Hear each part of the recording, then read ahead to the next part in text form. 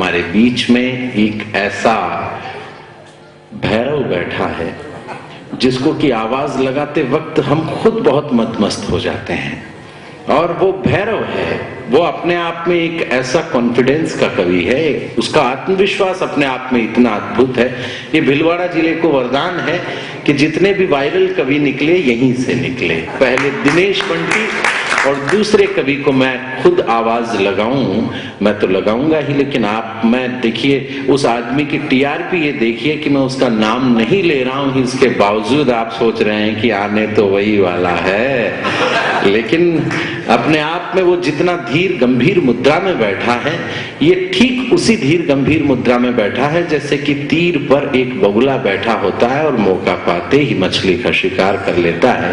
लेकिन दीपक पारिक अपने आप में हमारे कवि सम्मेलन के 10-15 साल पुराने मित्र हैं और वो उनकी यात्रा को मैंने देखा है, उनकी यात्रा को मैंने देखा है। उन्होंने वीर रस की कविताओं से शुरुआत की, जब 4-5 कवि सम्मेलन में वो लगातार हूट हो गए तो उसके बाद में उन्होंने सोचा कि क्यों न हो कि हास्य रस लिखा जाए। आज के इस कवि सम्मेलन की एक खासियत में और मैं आपको बताता चलूं, ये कवि सम्मेलन में हम लोग भले देखिए हल्की फुल्की बातें तो हम कर सकते हैं, लेकिन एक कवि सम्मेलन इतना भारी है कि यहाँ पर हम लोग हल्की बात नहीं करेंगे, कोई हल्की बात नहीं करेंगे। समस्याओं के हल की बात जरूर कर सकते हैं लेकिन हल्की बातें नहीं करेंगे। मैं आपको एक बात और बताता चलूं कि दीपक पारिक के बारे में, वैसे अगर मैं आपको इसके बारे में और बहुत सारी बातें बताता चलूं कि ये गजल भी बहुत बेहतरीन कहता है, इसके जो अशार हैं वो भी कमाल है, गीत भी ये बहुत सारे लिखता है। इतनी बातें इसलिए कह रहा हूं ताकि आपको ये पता चल जाए, यहाँ पर आकर तो ये वही करेगा जो इसको करना है, लेकिन कैलाश जी भाई साहब ने बुलाया है तो मतलब ये वो चीजें भी लिखता है। तो मैं ये चाहता हूं कि मैं दीपक पारिक को शाहपुरा में यहां पर बुलाऊं, उससे बेहतरीन बात ये रहेगी कि दीपक पारिक के लिए आप जोरदार तालियां आप खुद बजा दें। दीपक पारिक मेरे बिना कहे आ चुके हैं, ये इतने आज्ञा का पालन मैंने कुछ पल पहले कर लिया था, ऐसा आप मान सकते हैं। बहुत अच्छा है। माँ वीणा पाणी को नमन करता हूँ, अपने गुरुदेव को वंदन करता हूँ। अखंड मंडलाकारम व्याप्तम येन चराचर तत्पदम दर्शितम येन तस्मै श्री गुरुवे नमः। आप लोग डरो मत, कविता मैं हिंदी में ही सुनाऊंगा। ये 10वीं में पास होने के लिए मैंने संस्कृत का श्लोक याद कर रखा था जो आजकल कवि सम्मेलन में काम आ रहा है।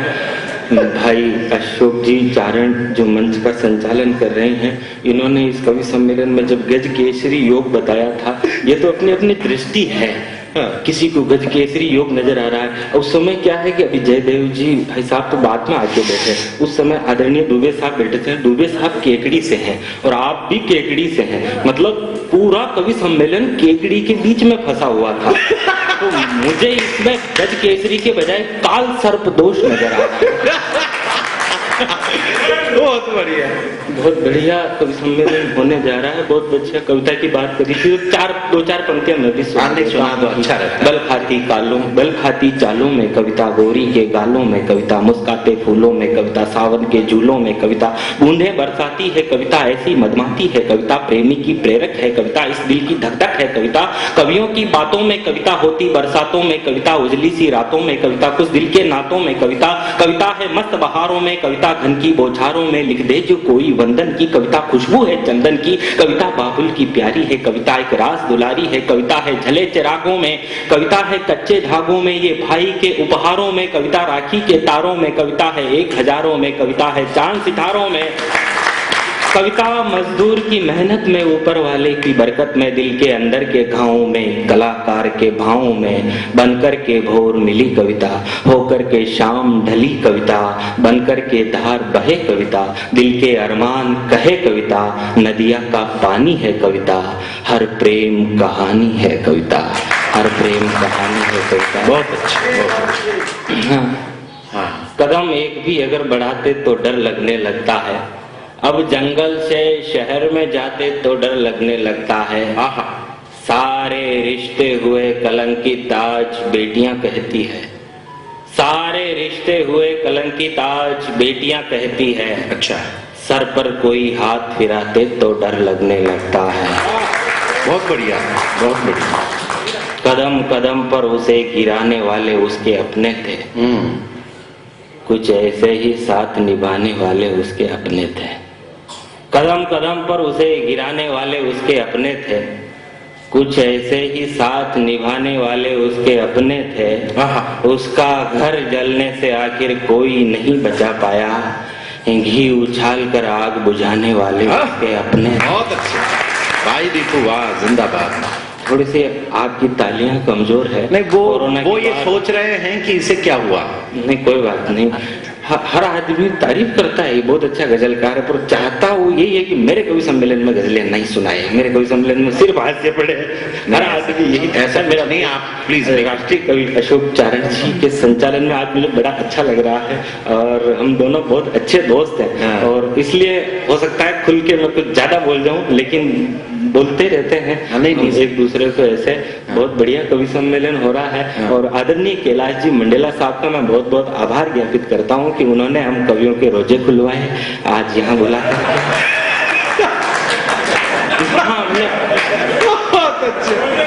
बहुत बढ़िया। मैं तो कह रहा हूँ बंटी भैया ने शादी ब्याह की कविता पढ़ी, बहुत अच्छा लग रहा है। शादी ब्याह में जाना भी बहुत टेंशन का काम है। मैं गया एक शादी समारोह के अंदर घुसा तो भाई साहब और भाभी जी दोनों खड़े, वो पगड़ी उगड़ी बांध करके, सूट पहन करके दोनों खड़े। जब मैं अंदर गया, आराम से घूम घुमा के वापस आया तो गेट पर केवल भाभी जी खड़े हैं। तो मैंने पूछा, भाई साहब कहाँ गए? बोले, जी वो दो आदमी बिना लिफाफा दिए चले गए जो उनके पीछे पीछे गए हैं। तो शादी ब्याह में जाना भी कम टेंशन का काम नहीं है। मैं गजल सुना दूंगा अगर ऐसे करोगे। होता है, मतलब मैं बहुत इंटेलिजेंट आदमी हूँ, बहुत पढ़ा लिखा आदमी हूँ और मैं कोई छोटा मोटा आदमी नहीं हूँ। मोदी जी ने प्रधानमंत्री बनते ही सबसे पहले मुझे फोन किया था। मैं झूठ नहीं बोल रहा हूँ, इतने बड़े लोग बैठे हैं, यहाँ से वहां तक इतने बड़े लोग बैठे हैं। मैं सबकी कसम खाकर कहता हूँ, मैं सच बोल रहा हूँ। मोदी जी ने कहा, बोले जब से अमेरिका ने लादेन मारा तब से ही सब मेरे पीछे पड़े हुए हैं, दाऊद इब्राहिम को भी मारो, दाऊद इब्राहिम को भी मारो। मैंने कहा, आप चिंता मत करो, मैंने मार दिया। उन्होंने पूछा कैसे? मैंने कहा, दाऊद इब्राहिम ने जब अपनी बेटी की शादी की तो भारत से बहुत बड़ी बड़ी हस्तियों को खाने पे बुलाया, जिमणे पे। अमिताभ बच्चन, शाहरुख खान, सलमान खान, सैफ अली खान, एफली खान, बेफली खान, पता नहीं किस किस को बुलाया।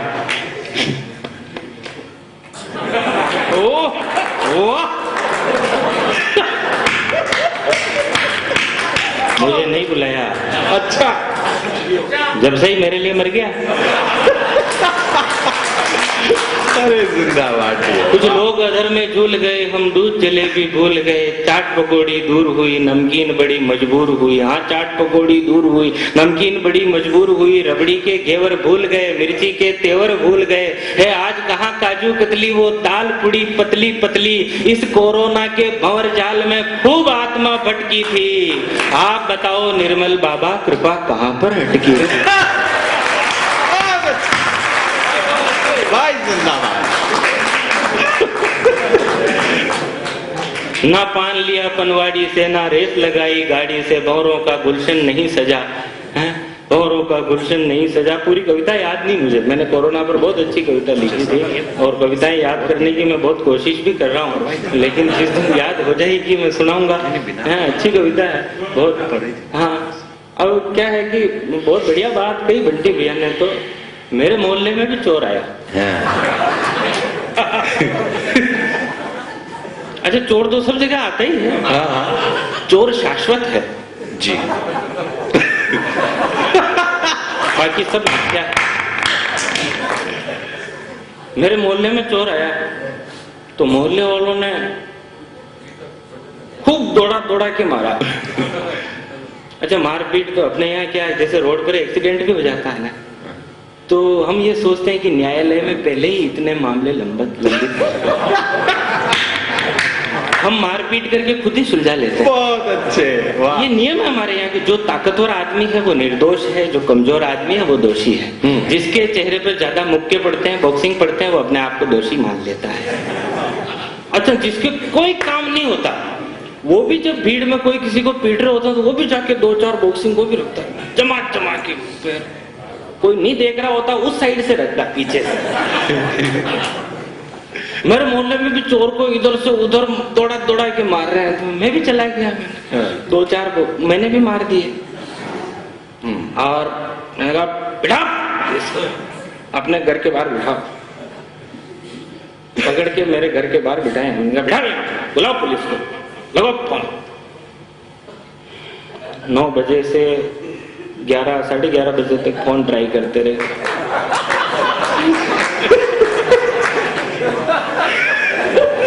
पुलिस नहीं आई है। मोहल्ले वाले एक एक करके सब घर चले गए। बहुत बढ़िया। अच्छा, लास्ट में चोर और मैं दोनों ही रह गए। मैंने हिम्मत जुटाई। हिम्मत जुटा करके पूरे कॉन्फिडेंस के साथ चोर को कहा घर जाना। उसने कहा अच्छा पुलिस को बुलाना।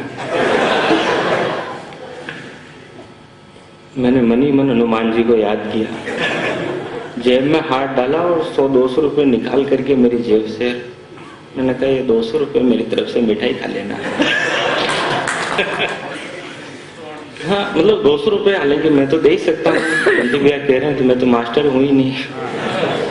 हाँ बहुत पुरानी बात है, हालांकि अब तो मास्टर वैसे रहे भी नहीं। बहुत पुरानी घटना है। चित्तौड़गढ़ के बस स्टैंड पर 3 मास्टर जूस पी रहे थे और मास्टर होकर के जूस पी रहे हैं, यही अपने आप में बहुत बड़ी घटना है। और जूस पीने का तरीका देखना, एक ही जूस की गिलास में 3 नलियां फंसा करके जूस पी रहे हैं। ऊपर से 2 भिखारी और आगे बोला मारता है, बोला मारता है, बोला एक मार साहब को दया आ गई, बोले तुम दोनों को भी जूस पीना। बोले हाँ तो जाओ 2 नलियां और लिया। बहुत अच्छे। हालांकि ये मेरा मौलिक है, पर मुझे खुद को सुनाने का अवसर बहुत कम ही मिलता है, इसलिए सबको याद हो गया। मोबाइल पर एक मन कविता लिखी थी। मोबाइल बड़ा खतरनाक आइटम है कि एक 16 साल की कन्या के हाथ में मोबाइल आया, उसका परिणाम कुछ यूं सामने निकल करके आया कि मोहल्ले के लड़कों में बहस खड़ी हो गई। आजकल टुन्ना लाल जी की मुन्नी बड़ी हो गई, आंखों पर चश्मा, चलाने को गाड़ी एकदम नया स्टाइल, ऊपर से घर वालों ने हाथ में दे दिया मोबाइल। अब न किसी से कुछ मांगती है न लाने को कहती है, आधी आधी रात तक मंत्री जी की तरह फोन पर ही बिजी रहती है। सबको लगता है कि मुन्नी को मोबाइल संभाल रहा है, सबको लगता है कि मुन्नी को मोबाइल संभाल रहा है, और घर वालों को पता ही नहीं चलता इसमें बैलेंस कौन डाल रहा है। सब कुछ भूल गई 16वें साल के उत्कर्ष में। अभी से बैग भर मेकअप का सामान और पहनने के कपड़े पर्स में, जिधर जाए उधर 10-20 दोस्तों का संग, मंदिर चली जाए तो पंडे का ध्यान भंग। सुबह सुबह फोन पर पिंटू, दोपहर में चिंटू, शाम को लक्की, रात में रोशन, मोबाइल हाथ में आते ही प्रमोशन ही प्रमोशन। जैसे जैसे मोबाइल का असर चढ़ा, मुन्नी का जनसंपर्क और बढ़ा। एक दिन मुन्नी ने सारे बंधन ढीले कर लिए, मोबाइल की मदद से खुद के हाथ खुद ही पीले कर लिए। इसलिए कहना चाहता हूँ कलयुगी माँ बाप से, बचाना चाहते हो देश को आए दिन होने वाले दुर्घटनाओं जैसे महापाप से, तो अपने भविष्य के अक्षर अपने हाथों काले मत करो, बच्चों को संस्कार दो, कम उम्र में मोबाइल के हवाले मत करो। बहुत अच्छे दीपू, वाह बहुत बढ़िया, वाह वाह वाह वाह। मतलब हम किस देश में रहते हैं। हमारे यहाँ वो वीडियो चलता था, आप लोग तो मेरे ख्याल से सभी लगभग 50 ऊपर के हैं तो मोबाइल ज्यादा देखते नहीं। अभी मोबाइल पर वो चल रहा है, मेरा बाप बदमाश था इसलिए मैं भी बदमाश हूँ, संजय दत्त यूं ही नहीं बनता। अरे यार इसमें कौन सी बड़ाई की बात है। तेरा बाप सड़कों पर जूते खाता था, तू भी जूते खाता है। तेरा बाप लोगों के उधार लाए हुए पैसे वापस नहीं देता था, तू भी नहीं देता है। ये क्या है, इसको वीडियो बना के डालने की क्या जरूरत है। अच्छा तो तब लगता है जब कोई आदमी कहे कि मेरा बाप ईमानदार था, मैं भी ईमानदार हूँ, मेरा बाप सच बोलता था, मैं भी सच बोलता हूँ, मेरा बाप पुलिस में था, मैं भी पुलिस में हूँ, मेरा बाप सेना में था, देश की सरहद पर शहीद हुआ था, मैं भी सेना में भर्ती होकर के देश के लिए अपनी जान देना चाहता हूँ, तो कोई बढ़ाई की बात है क्या? मतलब ऐसे वीडियो बना के डालने से हम क्या करना चाहते हैं इस देश को? हमारे वहाँ नगर परिषद वाले रावण बनाते हैं, दशहरे के दिन रावण का पुतला 51 फुट लंबा। उस 51 फुट लंबे रावण के पुतले को स्वयं रावण ने ऊपर से देखा होगा, तो उसके दिल पर क्या गुजरी होगी? मेरा पुतला और ऐसा। आप लोग 2-3 मिनट के लिए मुझे रावण समझ लेना, कविता अपने आप समझना आ जाएगी। क्या बात, क्या बात। मैं हुआ करता था 90 किलो का था पैसा, मैं भी तिलाजी भी साहब, मैं भी 90 किलो का था क्या, और 90 किलो से ऊपर का था। जब वीर रस का कवि कविता पढ़ रहा था, बोले हिंदुस्तान शेरों का देश है, मैं पीछे बैठा था, जोश जोश में मैं भी बोल गया, मैंने कहा मैं भी शेर हूँ। उसने पंक्तियां वापस पढ़ी, बोले हिंदुस्तान शेरों का देश है, पर यहाँ कहीं कहीं जंगलों में गेंडे भी पाए जाते हैं। मैंने अपने साले की शादी में नागिन का डांस किया था। पत्नी वही थी, उससे पूछा कैसा लगा, उसने कहा जी ये नागिन का डांस तो बहुत बार देखा, पर ये अजगर सांप का डांस आज पहली बार ही देखा। तो आप लोग 2-3 मिनट के लिए मुझे रावण समझ लेना, कविता अपने आप समझ में आ जाएगी कि एक दिन रावण स्वर्ग से सीधा धरती पर आया, भगवान श्री राम के मंदिर गया, चीखा चिल्लाया, बोला प्रभु श्री राम त्राही माम, आपके देश में क्या चल रहा है, मेरा पुतला तक ठीक से नहीं जल रहा है, ये आपके देश में क्या चल रहा है, मेरा पुतला तक ठीक से नहीं जल रहा है। यार मैं भूल गया कविता ये भी। अच्छा कोई बात नहीं, YouTube से देख ले। हाँ यार, मतलब मैं क्या कह रहा हूँ, इस कोरोना के बाद इतने लंबे समय बाद में मतलब सारी कविताएं भूल गया। मेरा भाई मेघनाथ वाली है पंक्ति आगे, मेरा भाई हाँ वो है, पर मेरे को याद थोड़ी आ रही है, इसे बीच में याद दिलाने से। कोई नहीं, कोई अच्छी वाली सुना दे, दूसरी नई वाली सुना दे।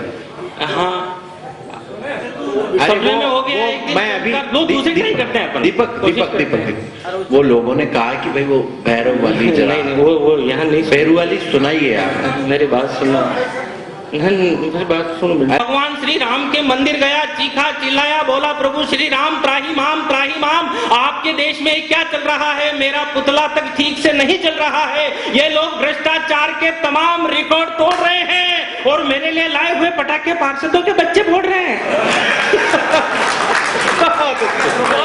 इन्होंने तो मेरे साथ सबसे खोटी कर दी, पैसे खा कर मेरी मूंछों की साइज छोटी कर दी, पटाखे निकाल कर टांगे पतली कर दी, पेट में बारूद की जगह राख भरती, देख देख के हंसती है जनता सारी। ये रावण है या कोई भिखारी? हे प्रभु, आपने धरती से क्या मुंह मोड़ा, इन लोगों ने मेरे बेटे मेघनाथ तक को नहीं छोड़ा, उसको तो इन्होंने जम करके लूटा, जब उसका पुतला जला तो एक भी सूतली बम नहीं फूटा। फिर पटाखे तड़तड़ाए, उसके हाथ में इन्होंने धनुष बाण तक ढंग के नहीं पकड़ाए। किसी भी पार्टी का आदमी हो, हर आदमी पैसे लेता है और इन्हीं लोगों की वजह से मेरा छोटा भाई कुंभकर्ण टीबी का मरीज दिखाई देता है। हे त्रिलोकीनाथ, ये कैसा अभिशाप, हे त्रिलोकीनाथ, ये कैसा अभिशाप, देश राम का और लोग रावण के भी बाप। वाह भाई दीपो, वाह वाह वाह वाह वाह वाह, देश राम का। हम क्या मतलब किस युग में जी रहे हैं? कितना मशीनीकरण हो गया हमारे जीवन में। सुबह सुबह एक गोली शुगर की लेता हूँ, उसके बाद एक गोली हार्ट की, मेरी बीपी की चल रही है वो लेता हूँ, और एक थायराइड की मैंने 300 रुपए की गोली ला रखी है वो लेता हूँ। टाई वाई लगा के आदमी बात करता है, पट्टा इतने कॉन्फिडेंस से बोलता है कि स्वस्थ आदमी हीन भावना महसूस करने लगा।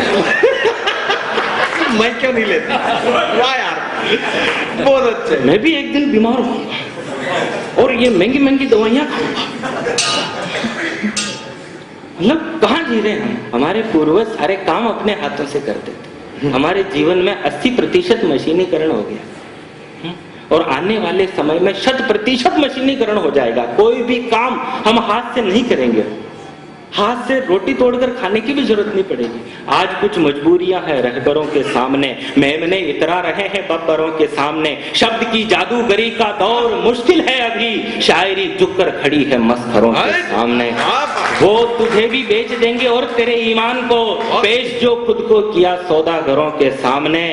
वो तुझे भी बेच देंगे और तेरे ईमान को, पेश जो खुद को किया सौदागरों के सामने। और कौन सी मिट्टी के थे वो लोग सर से पांव तक, कौन सी मिट्टी के थे वो लोग सर से पांव तक, गर्दने लेकर गए जो खंजरों के सामने।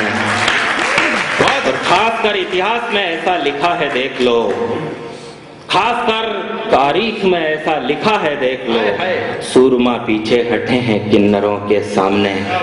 सारे काम हम सारे काम मशीनों से होंगे, हमारे सारे काम हाथ से रोटी तोड़कर खाना भी। जब मैंने ऐसी चिंता की तो सोते हुए सपना आया कि सपने में हो गया एक दिन चमत्कार, विज्ञान ने किए नए नए आविष्कार, टाइम बचाने का नया फार्मूला निकाला और खाना खाने के लिए आदमी ने मशीन में गेहूं डाला। थोड़ी देर बाद मशीन में से थोड़ा सा लिक्विड बाहर निकल करके आया, जिसे आदमी ने इंजेक्शन में भरा और अपने शरीर में लगाया।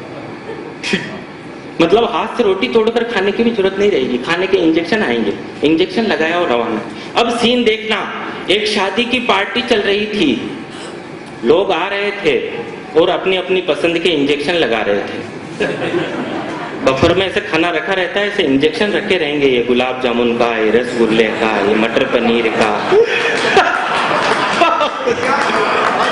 अब बढ़िया सीन, अब देखना, लोग आ रहे थे, अपनी अपनी पसंद के इंजेक्शन लगा रहे थे। तभी लड़की की माँ ने, दुल्हन की माँ ने हाथ में इंजेक्शन लिया। ओ दूल्हे राजा की मनवार की दामाद जी,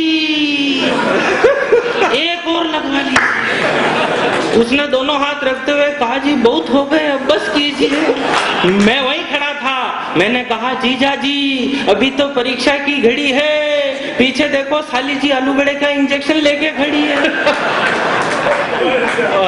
शादी के सारे इंतजाम बहुत अच्छे किए। लड़की के बाप ने 2 ऑक्सीजन गैस के सिलेंडर भी दहेज में दिए। आने वाले टाइम में ऑक्सीजन गैस बिल्कुल खत्म हो जाएगी। ये कविता मैंने 15 साल पहले लिखी थी। आने वाले समय में ऑक्सीजन गैस बिल्कुल खत्म हो जाएगी, जो सिलेंडर में भरकर 24 घंटे हमारे पास सिलेंडर में भरकर मंगवाई जाएगी। तो सीन देखना, सुहाग रात में दूल्हा और दुल्हन दोनों सजे धजे थे, दोनों के पीछे ऑक्सीजन गैस के सिलेंडर लगे थे। जैसे ही दुल्हन ने दुल्हन का घूंघट उठाने की कोशिश की, जैसे ही दुल्हे ने दुल्हन का घूंघट उठाने की कोशिश की, दुल्हन ने कहा, रुक जाओ, पहले आधार कार्ड दिखाओ। आधार कार्ड मंगवाया, दुल्हन को दिखाया, फिर से घूंघट उठाने की कोशिश की। इस बार फिर से किस्मत सो गई, दूल्हे के पीछे सिलेंडर में गैस खत्म हो गई। कहा, प्रिय तुम चिंता मत करो, मैं अभी वापस आता हूँ और अपने बूढ़े दादाजी का सिलेंडर उठा के लाता हूँ। एक सिलेंडर से उनकी तो रात कट गई, सुबह होते होते दादाजी की फाइल निपट गई। अच्छा है। वृद्धा आश्रम में बैठे हो जब दोनों ही नाना नानी, तब बच्चों को कौन सुनाए मर्यादा की राम कहानी। कुछ परंपराएं अच्छी थी, मौसम सिंदूरी था, हमने वो सब मिटा दिया जो बहुत जरूरी था। तब कहता हूँ, काश हम रूढ़ीवादी होते, बच्चे नहीं बिगड़ते घर घर में जो दादा दादी होते। बहुत अच्छे, जिंदाबाद। बहुत बढ़िया। राजस्थानी भाषा को मान्यता दिलाने के लिए आदरणीय कैलाश जी मंडेला साहब, आदरणीय राजकुमार जी बादल, आदरणीय गजानन साहब यहाँ विराजमान है, प्रहलाद सिंह जी, अपने सब लोग राजस्थानी भाषा के लिए काम कर रहे हैं। और राजस्थानी भाषा तो बहुत प्यारी भाषा है साहब। और इस संघर्ष समिति की जो परिकल्पना जिन्होंने की, ऐसे प्रेरक लक्ष्मण दान कविया साहब भी आज मौजूद हैं। प्रणाम करता हूं। मैंने लोग यहाँ विराजमान है, तो आपकी इजाजत हो तो मैं 2-1 मिनट राजस्थानी मतलब मेवाड़ी बोल रहा हूँ। राजस्थानी भाषा तो बोलने में भी, सीखने में भी समय लगता है। मैं तो मेवाड़ी बोल छा रही हूँ। अगर आप लोग की इजाजत हो तो मैंने ताले वाले बाजार बता दो भाई। बहुत ही बढ़िया। मतलब राजस्थानी को तो अपना आनंद ही इशू है। आपा ने ये टाबरा ने स्कूल वाला सिखा दे अंग्रेजी।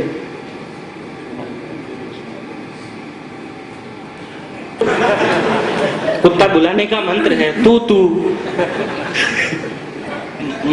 हमारे यहाँ तो भैंस जब तालाब में चली जाती है, पानी में चली जाती है, तो भैंस का मालिक तालाब के किनारे खड़े होकर के 3 बार मंत्रों का उच्चारण करता है। बीडो बीडो, भैंस बाहर आ जाती है। मंत्र शक्ति का चमत्कार नहीं तो और क्या है। राजस्थानी भाषा को 8वीं अनुसूची में मान्यता मिलेगी और हमारे यहाँ स्कूलों में कोर्स में एक दिन राजस्थानी भाषा पढ़ाई जाएगी। और जब स्कूलों में पढ़ाई जाएगी तो प्रश्न पत्र आएगा, पेपर, और पेपर आएगा तो पेपर में लिखा होगा निम्नांकित मुहावरों का वाक्य में प्रयोग करो। परीक्षाएं होंगी तो पेपर आएगा, निम्नांकित मुहावरों का वाक्य में प्रयोग करो, और मुहावरे होंगे जड़ापार जाना, लापा लगाना, ओलिया उठना, हंसनी रान मड़कनी माटी कदी न्याल न करे। एक बार ढंग से तालियां वालियां बजा दो यार। तो माँ कहते तो मैं खुद छाऊं, मतलब माँ कहते तो 80 साल का बेदराजी है। और वहां पे जो बेड लगी हो तो वो मरीजा ने सोन बागो वहां पर खुद ही होता रहे।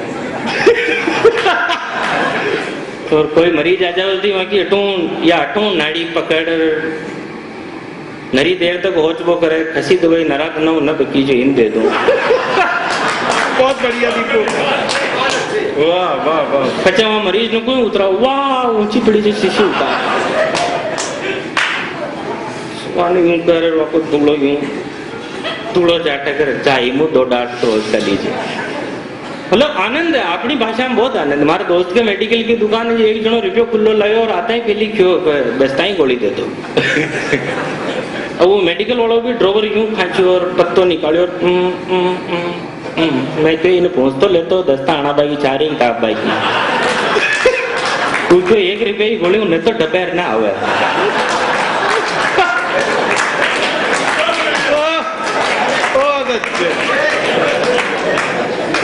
मैं हमारा दादा को ऑपरेशन करवा गया, जो उल्टे डॉक्टर साहब का पिताजी की तस्वीर लटक रही, वहां का पिताजी भी डॉक्टर हाथी के, जो वहां पर माला छठी थी की तस्वीर लटक रही, वहां पर लिखे तो स्वर्गीय डॉक्टर फला फला फला। हमारी लुगाई तो देखते हैं फिर लिखो ओल है, डॉक्टर साहब तो मर गया। अब ऑपरेशन कौन कह रही है, मैं क्यों ये दीतवार हूँ, दीतवार यहाँ का बेटा का डील में आवे और जतरा भी बाकी हो जो ऑपरेशन यही कर जाए। मैं मतलब रात में 10 बजे आपने मतलब 10 बजे बाद जीवनो लगभग बंद हो जाए हैं। रात में 10:30 बजे जिम्बा आयो एक जनो 10:30 बजे फरतो मन लाग्यो कि भाई चाल रही हो जो आ गयो वाह न हो तो रेबा दो कहीं कहने मैं क्यों नहीं बेटो आप तो कट्टा में भरी दिखी मावा खोपरा पाक की चक्कियान खाची खाटी वाने मेली पुड़िया मेली पीपा में गुलाब जामुन भर दिया जाना खाट रे मेल दीदा जलेबी का 2-4 तूतड़ा बचा हुए भी मेल बच्चे मन क्यों कि सेवा भी लो मैं क्यों थे 10 रुपया ले लो जो बाजार में लेर खाली एक बार ढंग से ताले वाले भाई दीपू जिंदाबाद। ये सच्ची घटना है। हमारे हटीने वाला के गुलाब जामुन और चक्किया मेल जाओ हटीने वाला के मेल जाओ हमारे कान की बात मारी ऊद पर आवे यूं और यूं निकल जाओ। आधा घंटा तक मैं बाहर जाऊँ तो मैं क्यों जी एक हाथ में गुलाब जामुन और एक हाथ में चक्किया ले रहे हो चित्र पान खाचो काना खून आयो पातला उठा बाड़ो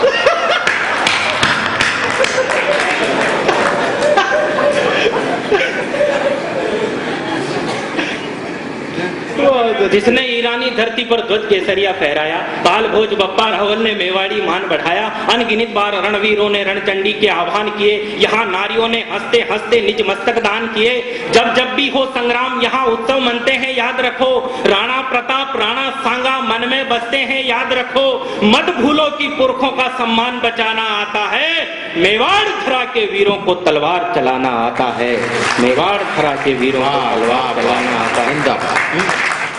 मार्केट एक बेरू है हाँ उसका इंतजार है और बेरू में गई के फुल शौक है ये एकाभिनय है कविता नहीं है कविता है मैंने सुना दी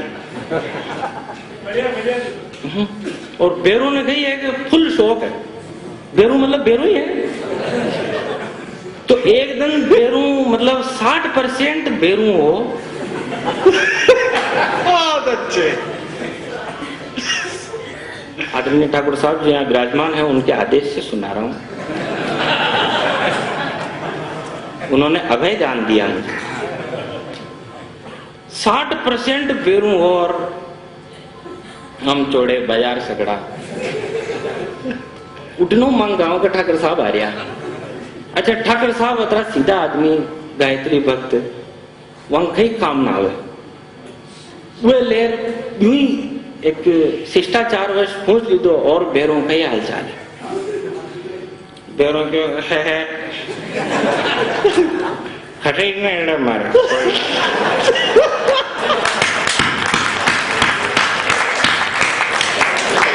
बहुत अच्छे कोई घटे ना एड़ा रंगमंच से आदरणीय राम प्रसाद जी पारिक साहब, बड़े भाई साहब सत्येंद्र जी मंडेला साहब, मुकेश जी जेजानी मेरे कवि मित्र हैं। नहीं इनके लिए नहीं कह रहा हूँ। बहुत अच्छे ठाकर साहब ने रीस जो 2 छोटा मिले जो बेरों सीधो घरे गयो घरे जार जो 40% और बेचो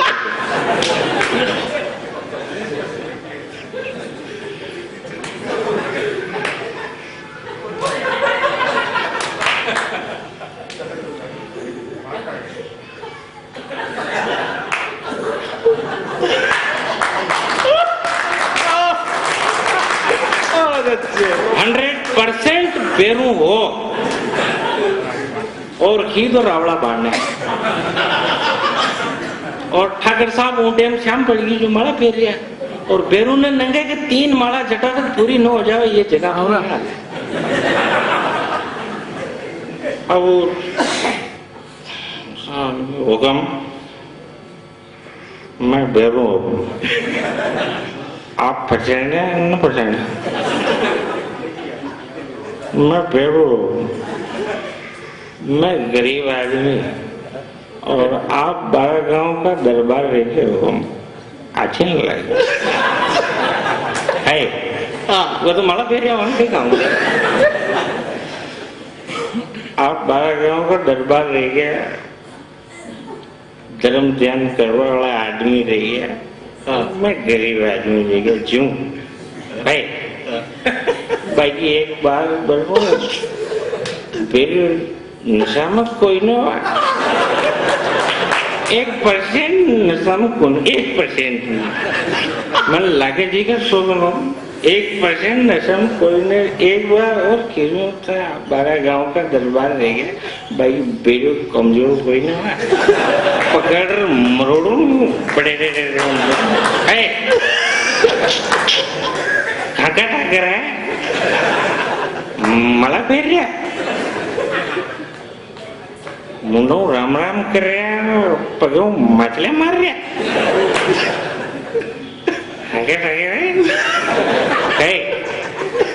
पकड़ो ऊपर बैठू हार्ड क्या चूरे करना चूरे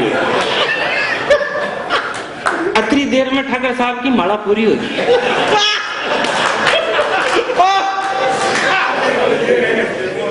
ठाकर साहब माला ने क्यों जट जट जट जट मेलेर बेरू ने तो पड़की रोगम आप मेरा माँ बाप हो अरे यार देखो ताली बजाओ यार ढंग से